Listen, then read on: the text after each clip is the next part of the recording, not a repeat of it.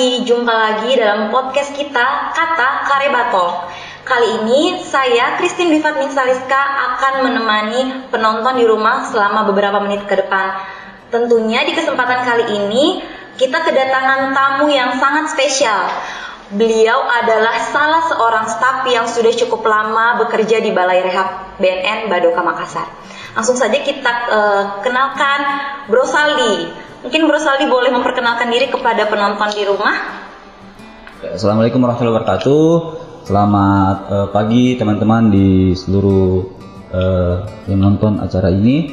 Hari ini sangat senang sekali saya diundang di acara kegiatan Prahani di BNN Badoka. Ya.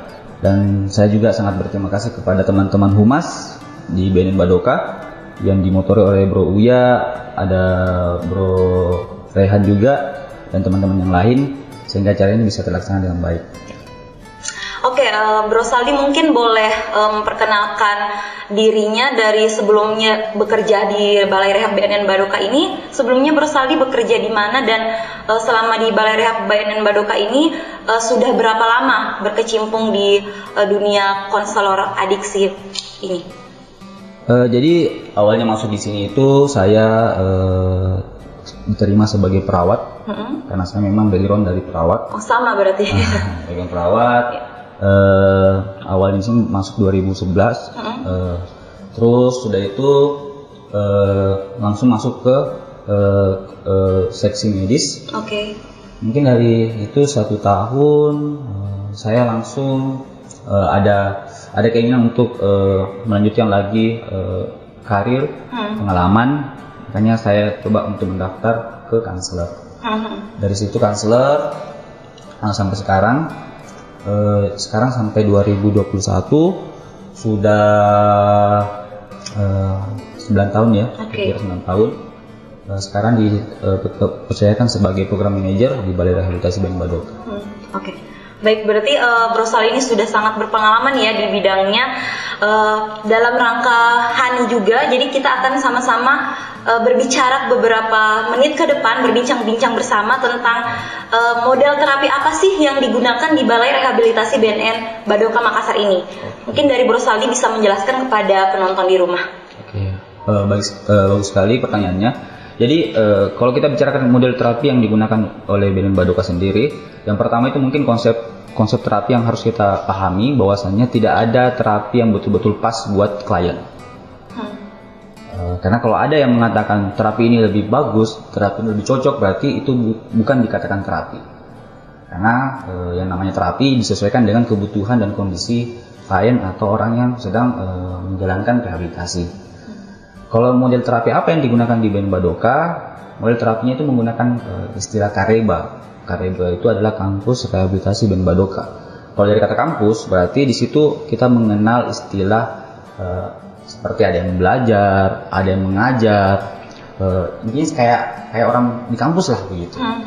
Jadi ini bisa jadi info dibuat masyarakat bahwasanya di Badoka itu lebih humanistik yang pasti.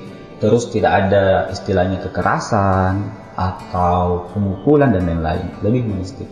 Jadi programnya di Badoka itu lebih mengarah ke model kayak kampus.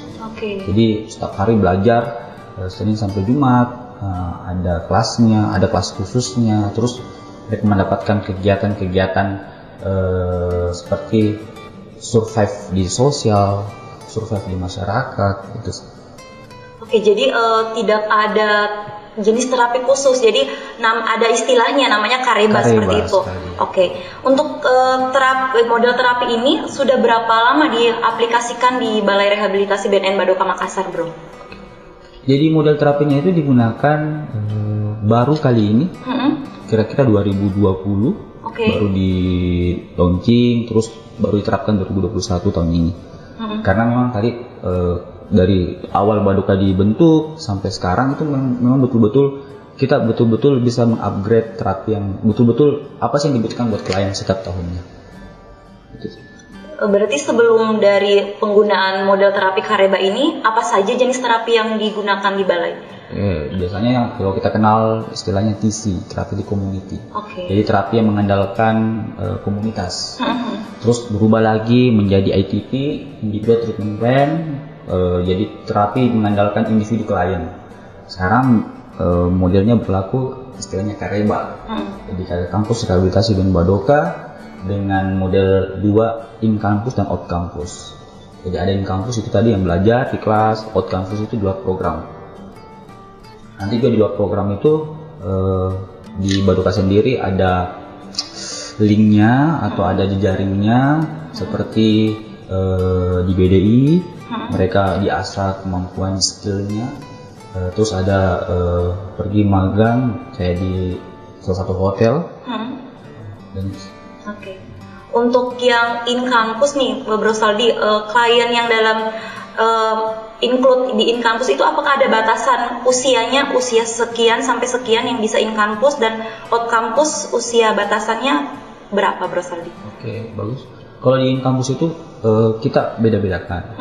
Kami beda-bedakan. Yang pertama itu mungkin usia male atau laki-laki di usia dewasa.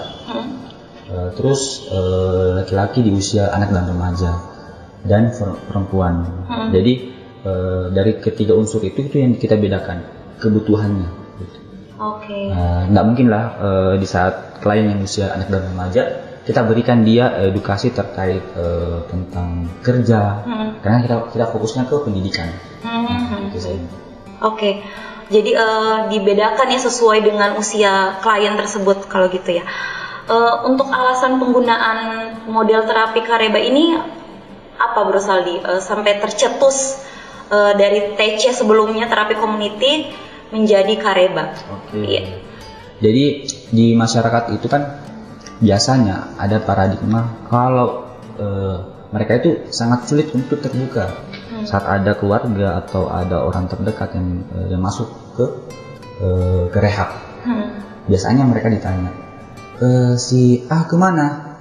Jawabannya si keluarga adalah si A lagi sekolah, si A lagi masuk pesantren contohnya. Jadi ditutup-tutupi begitu ya? Ditutup-tutupi. Tapi paradigma itu bisa kita jadikan sesuatu hal yang positif. Oh, kenapa tidak dibikin rehab yang betul-betul seperti model kayak kampus contohnya?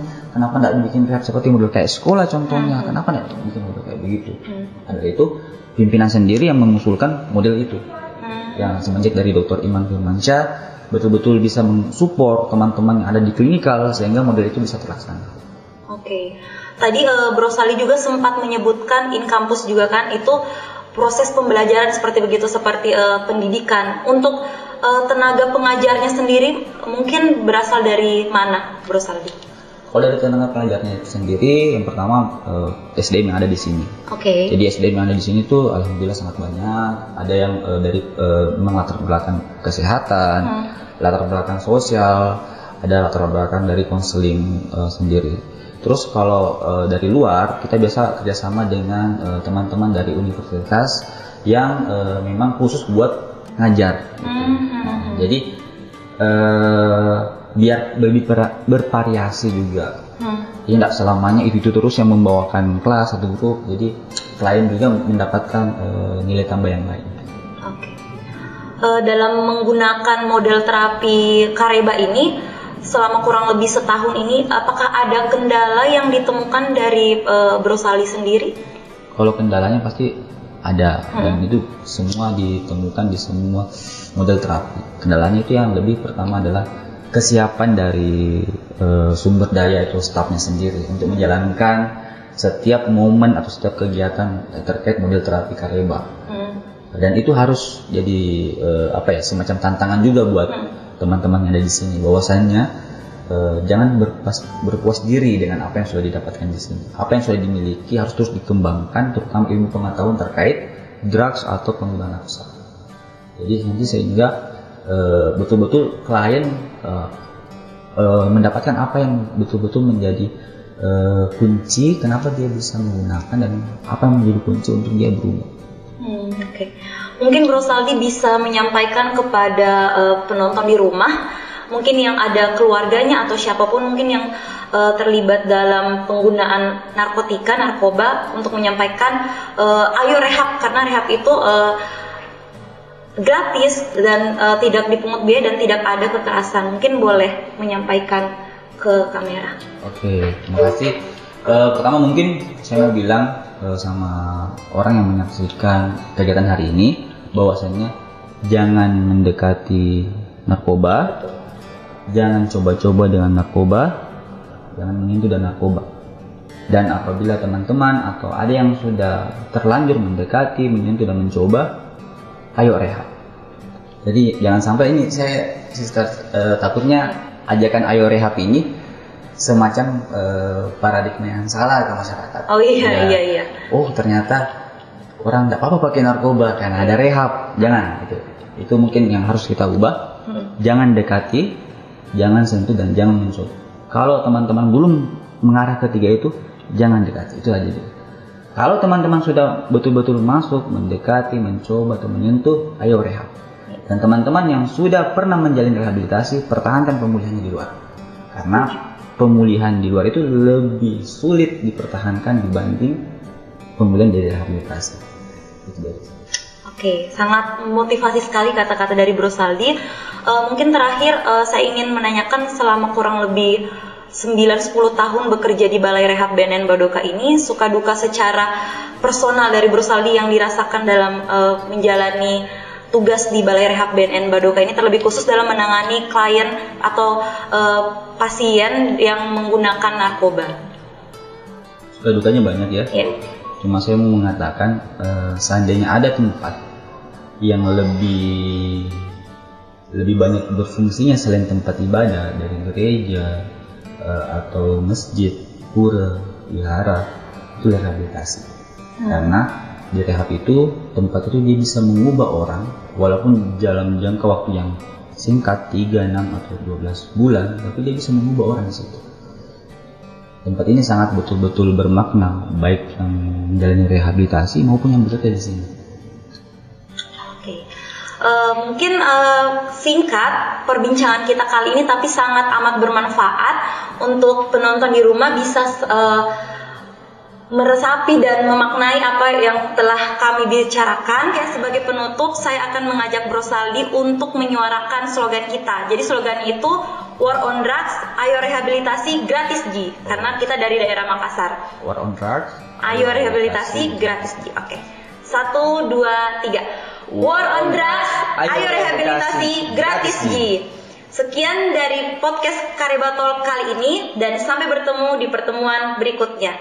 Dadah, bye-bye.